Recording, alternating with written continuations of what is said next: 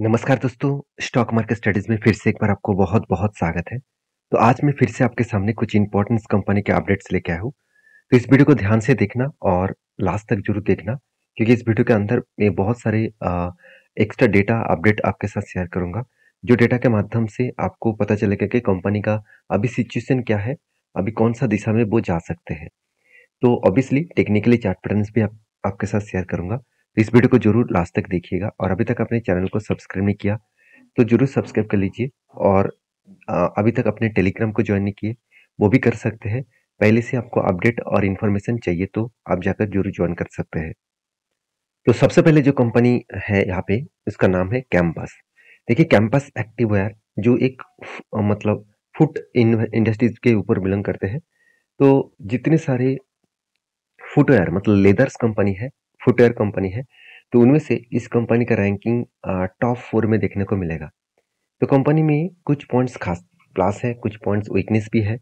तो वो कौन सा पॉइंट प्लस है आपको मैं बता दूं। कंपनी के एनालिसिस के ऊपर मैं जाऊँ तो आप देखेंगे तो कंपनी की 30% प्रॉफिट ग्रोथ 5 साल के बेसिस में ग्रोथ हो रहा है। मतलब 5 साल में कंपनी सीएजीआर के परसेंटेज में 30% के आसपास ग्रोथ हो रहा है।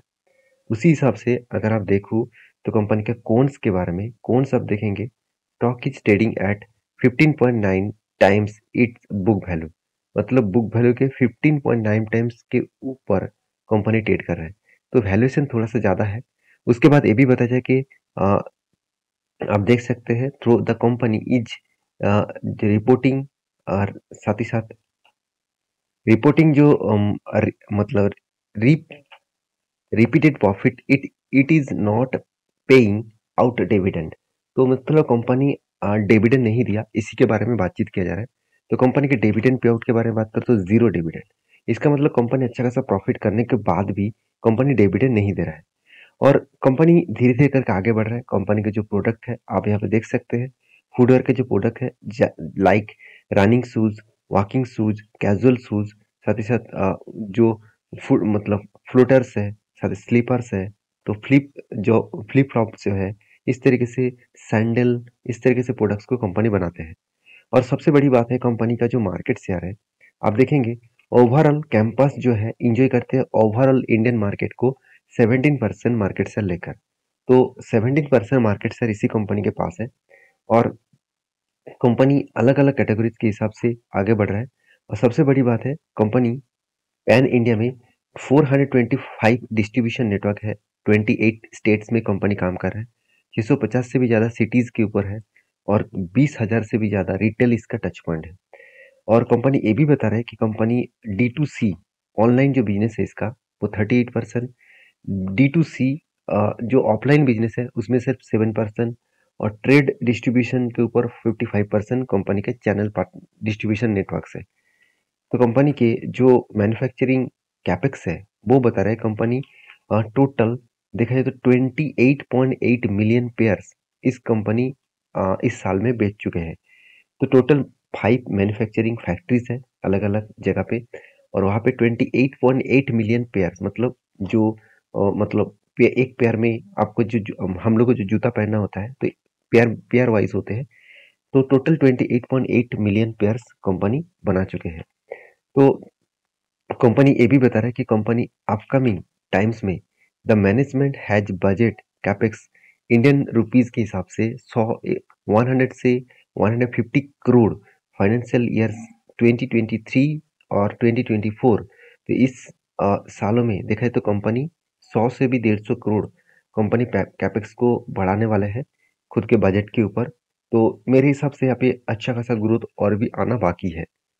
तो कंपनी के परफॉर्मेंस किस तरीके से है उसके बारे में बात करूँ।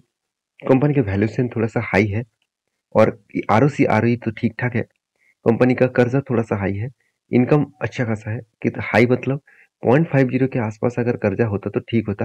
यहाँ पे 0.61 के आसपास है तो यहाँ पे कर्जा थोड़ा सा हाई है। अभी इसी चीज को मैं आपको प्रॉफिट एंड लॉस के क्वार्टरली रिजल्ट के बारे में बात करूँ तो देखिए कंपनी साल भर में पिछले सालों की तुलना से कंपनी अच्छा खासा सेल्स को जनरेट किया। एक्सपेंस को भी कंपनी कंट्रोल में रखे और कंपनी का जो नेट प्रॉफिट है वो भी देखिए 31 करोड़ से फिर भी इस बार भी 31 करोड़ का प्रॉफिट हुआ।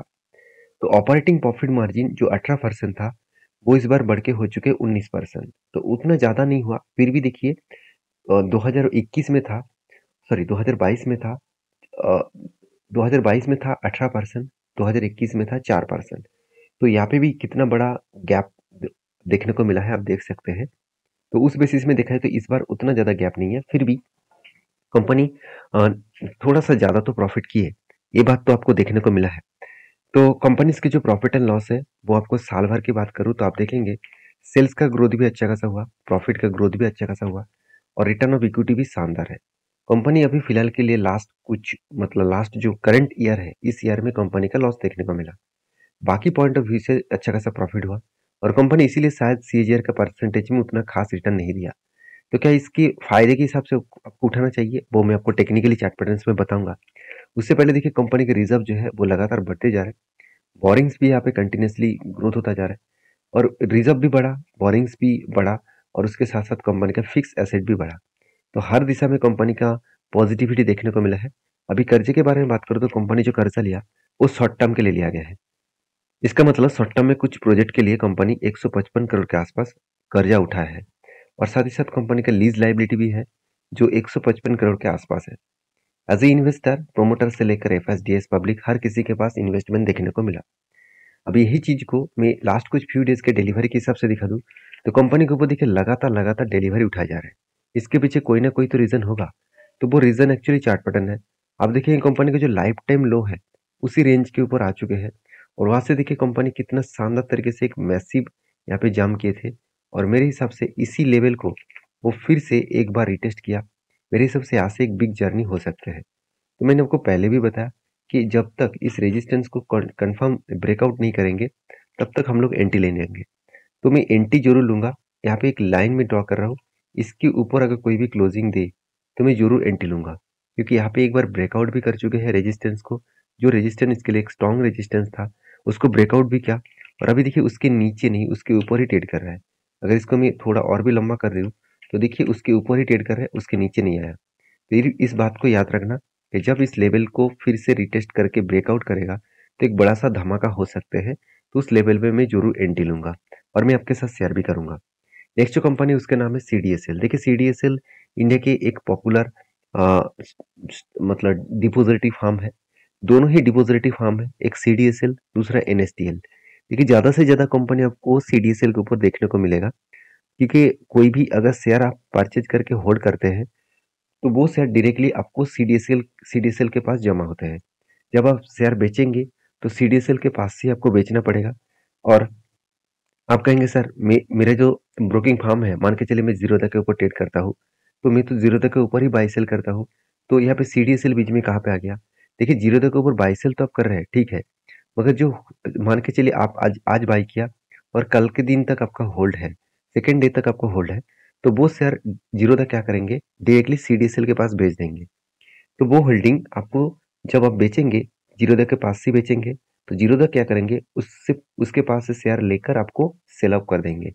तो इसका मतलब है यहाँ पे बाई सेल का जो आप ट्रेड कर रहे हैं वो जीरोधा के ऊपर कर रहे हैं, मगर जीरोधा सीडीएसएल के ऊपर है। तो सीडीएसएल क्या करेंगे, आपका ट्रेड जब लिया तो मतलब जो होल्ड हुआ वो सीडीएसएल के पास चले जाएंगे और जब सेल करेंगे तो सीडीएसएल ही बेच के आपको दे देंगे। तो सीडीएसएल का क्या फायदा, यहाँ पे जितने सारे शेयर अपनी खरीदारी किए, मान के चलिए आप मान के चलिए आप एसबीआई बैंक के ऊपर बाई मतलब बाई किए हैं। देखिए कोई रिकमेंडेशन नहीं है, मैं आपको बता रहा हूँ सिर्फ समझाने के लिए। देखिए एसबीआई आपने बाई किया 100 क्वांटिटी, तो 100 क्वांटिटी आपके किसके पास चला जाएगा, सीडीएसएल के पास। तो आप मान के चलिए नेक्स्ट डे में आपको प्रॉफिट मिला तो 50 क्वांटिटी बेच दी है, तो 50 क्वांटिटी के हिसाब से आपको कोई चार्जेस नहीं लगेगा। आपको एक बार ही चार्जेस लगेगा पूरा के पूरा 100 क्वांटिटी के ऊपर। आप 2 बार 3 बार 5 बार करके भी बेचे कोई फर्क नहीं पड़ेगा। 10 क्वांटिटी 20 क्वांटिटी इस तरीके से अलग अलग बार बेचे कोई भी चार्जेस नहीं लगेगा, एक बार ही चार्जेस लेगा, वो भी 100 क्वांटिटी आपने जो बेच मतलब पूरा का पूरा जब उससे क्लियर हो जाएगा तब आपके पास से चार्जेस वो ले लेंगे। तो सीडीएसएल का इसी तरीके से फायदा है और सेबी के नया रूल्स के हिसाब से सीडीएसएल का और भी फायदा होगा, जो मैं प्रीवियस वीडियो में आपको डिस्कशन कर चुका हूँ। तो सीडीएसएल देखिए इसका जो मार्केट कैप है वो 14,000 करोड़ के आसपास है। आरओसी आरओई में बहुत शानदार परफॉर्मेंस देखने को मिला। पी रेशियो थोड़ा सा हाई है कंपनी के पी रेशियो के हिसाब से, और एनुअली इनकम भी देखा जाए तो ठीक ठाक ही है, और कंपनी का जीरो डेप कर्जा है, हाथ में कैश भी है। और रही बात क्वार्टरली रिजल्ट का, देखिए कंपनी पिछले बार की तुलना से लास्ट कुछ फ्यू क्वार्टर्स के, मैं जून मंथ के आपको डेटा दिखा दूं, तो सेल्स 65 करोड़ से 117 करोड़, और उसके बाद 140 करोड़, उसके बाद 150 करोड़। तो यहाँ पे एक अच्छा खासा सेल्स का ग्रोथ हुआ। उसके साथ साथ आपको एक्सपेंस भी देखने को मिला। एक्सपेंस देखने के बाद आपको प्रॉफिट भी अच्छा खासा हुआ। प्रॉफिट मतलब 47 करोड़ से बढ़ के हो चुके 64, उसके बाद 58, उसके बाद 74। तो यहाँ पे अच्छा खासा एक लेवल ग्रोथ हुआ है, तो जिसके कारण इस कंपनी के ऊपर अपकमिंग कुछ ईयर्स में ग्रोथ होने वाला है। वो आप देखेंगे बैलेंस शीट में, देखिए कंपनी का लगातार लगातार रिजर्व बढ़ते जा रहा है। कर्जा 1 रुपया भी कर्जा नहीं है, 2 करोड़ का कर्जा है, इसको मैं कर्जा नहीं कहूंगा, क्योंकि कंपनी का कर्जा ना के बराबर है, एकदम जीरो है। और फिक्स एसेट भी बढ़ता चला गया। और सबसे इंपॉर्टेंट पॉइंट जिसके कारण मैंने टेल लिया, वो ये कंपनी इस साल में 174 करोड़ के आसपास पैसा लगा चुके हैं बिजनेस के ऊपर। तो 174 करोड़ के आसपास जो पैसा बिजनेस के ऊपर लग चुके हैं, वो पैसा नेक्स्ट ईयर में प्रोसेसिंग खत्म होने के बाद फिक्स्ड एसेट में ऐड हो जाएगा। तो सोचिए नेक्स्ट ईयर में फिक्स्ड एसेट कितना, करीबन करीबन आप देखेंगे तो 300 करोड़ के आसपास बनने वाले हैं। तो एक प्लस पॉइंट है कंपनी के लिए। तो रही बात एज ए इन्वेस्टर के, तो यहाँ पे आपको नहीं दिखेगा, तो मैं यहाँ पे आपको यहाँ पे दिखा देता हूँ कि शेयर होल्डिंग पैटर्न से में देखेंगे तो देखिए कंपनी के ऊपर म्यूचुअल फंड ने किस तरीके से लगातार बाइंग करते जा रहा है, और एफएस ने तो पहले से ही माल उठाना स्टार्ट कर दिए, और प्रोमोटर के पास पहले से ही होल्डिंग्स है। तो सारे पॉइंट्स में आपके साथ डिस्कशन करने के बाद एक ही बात कहूंगा कि सीडीएसएल के ऊपर फोकस रखिए, क्योंकि इस कंपनी के ऊपर एक शानदार तरीके से चार्ट पैटर्न्स भी बना। यहाँ पे शोल्डर, उसके बाद एक बिग हेड बना, उसके बाद एक शोल्डर बना, और यहाँ पे ब्रेकआउट भी हुआ, और ब्रेकआउट इस तरीके से कंफर्मेशन भी हो चुके हैं। तो मैंने आपको बहुत बार बोल चुका हूँ कि जब कोई ब्रेकआउट होगा और उसके बाद ब्रेकआउट कंफर्मेशन होगा, तो उसके नीचे आने का इंतजार करना, क्योंकि टारगेट जो है वो नज़दीक है। तो इस जगह पे आप एंट्री लेंगे तो आपका टारगेट छोटा हो जाएगा। तो आप कहेंगे सर यहाँ से अगर डायरेक्टली टारगेट हो जाए, नीचे ना आए तो क्या है, छोड़ देना। इस हमेशा इस तरीके से बहुत सारे ट्रेड आपको मिलेगा। हार्ड ट्रेड आपको लेना है, ऐसे सोचना नहीं है। तो देखिए यहाँ पे नीचे आया, इसको रिटेस्ट कर रहा है, उसके बाद इस जगह पे मैंने एंट्री लिया, और मेरा टारगेट रहेगा 1640 रुपीज़ के आसपास, जो ऑलमोस्ट टारगेट बन सकता है 30% के आसपास। तो आपकी क्या राय है, इसके ऊपर जरूर कमेंट्स करके बताना। नेक्स्ट जो कंपनी है जिसके बारे में डिस्कशन करूं, उसका नाम है एफएल इंडिया। देखिए एफएल इंडिया लिमिटेड इंडिया की एक पॉपुलर कंपनी है, और ये भी एक, देखा जाए, एक आईटी सेक्टर से बिलोंग करते हैं। और एफएल इंडिया के बारे में एक ही बात कहूंगा, आप जितने सारे एडवर्टाइजमेंट यूट्यूब के माध्यम से देखते हैं, और बहुत जगह बहुत वेबसाइट के माध्यम से आपको एडवर्टाइजमेंट दिखेगा, तो उस तरीके से प्लेटफॉर्म के ऊपर एफएल इंडिया काम करते हैं। इस कंपनी के जो बिजनेस मॉडल है, आप यहाँ पे देख सकते हैं, इंटरप्राइजेस जो प्लेटफॉर्म्स है उसके ऊपर काम कर रहे हैं, मतलब एड वगैरह, एप्स डेवलपमेंट, उसके साथ साथ जो ऑफलाइन जो ऑनलाइन जो कमर्शियल जो बिजनेस है उसके ऊपर भी कंपनी काम करते हैं। साथ ही साथ क्लाउड सर्विसेज के ऊपर, एंटरप्राइजेस गाइड्स के ऊपर भी कंपनी काम कर रहा है। तो कंपनीज का बिजनेस मॉडल्स ठीक ठाक ही है। कंपनी का आरओसी आरओई बेस्ड है, और इनकम भी देखिए देखा जाए तो ठीक ठाक ही है। कर्जा एकदम ना के बराबर है, और हाथ में कैश भी अच्छा खासा है। और क्वार्टरली रिजल्ट के बारे में बात करूँ तो कंपनी के सेल्स हर क्वार्टर में ग्रोथ होता जा रहा है। तो हर क्वार्टर को कंपनी बीट करते जा रहा है, और एक्सपेंस को भी कंपनी यहाँ पे थोड़ा सा कंट्रोल में रखा, और अच्छा खासा नेट प्रॉफिट भी किया, 36 करोड़, 55 करोड़, 66 करोड़। तो यहाँ पे एक अच्छा खासा प्रॉफिट ग्रोथ देखने को मिला है। अभी एज ए इन्वेस्टर, प्रोमोटर से लेकर एफएसडीएस पब्लिक के पास अच्छा खासा होल्डिंग्स भी है। तो इसी चीज को देखते हुए मैं जरूर कहूंगा, एफएल इंडिया के पास मतलब आपके पास एफएल इंडिया का शेयर है तो मुझे जरूर कमेंट्स करना, क्योंकि एफएल इंडिया के ऊपर एक शानदार तरीके से एक टेक्निकली चार्ट पैटर्न बना है। जो टेक्निकली चार्ट पैटर्न कुछ इस तरीके से है, पहले आप देखेंगे तो एक शोल्डर बना, उसके बाद एक हेड बना, उसके बाद फिर से एक शोल्डर बना। तो इस तरीके से पैटर्न्स को कहा जाता है reversal head and shoulder pattern. तो reversal head and shoulder pattern जब ब्रेकआउट होगा, तो ब्रेकआउट कहाँ पे हुआ, इस कैंडल ने ब्रेकआउट दिया, और कंफर्मेशन कहाँ पे मिला, इस कैंडल ने। तो कंफर्मेशन मिलने के बाद मैंने यहाँ पे जब रिटेस्टमेंट किया तो इस जगह पे मैंने एंट्री लिया, और देखिए उसके बाद और भी करेक्शन हो गया, कोई बात नहीं, मैं इंतजार करूंगा, मेरा टारगेट रहेगा 1357 के आसपास, इस लेवल तक मेरा टारगेट रहेगा।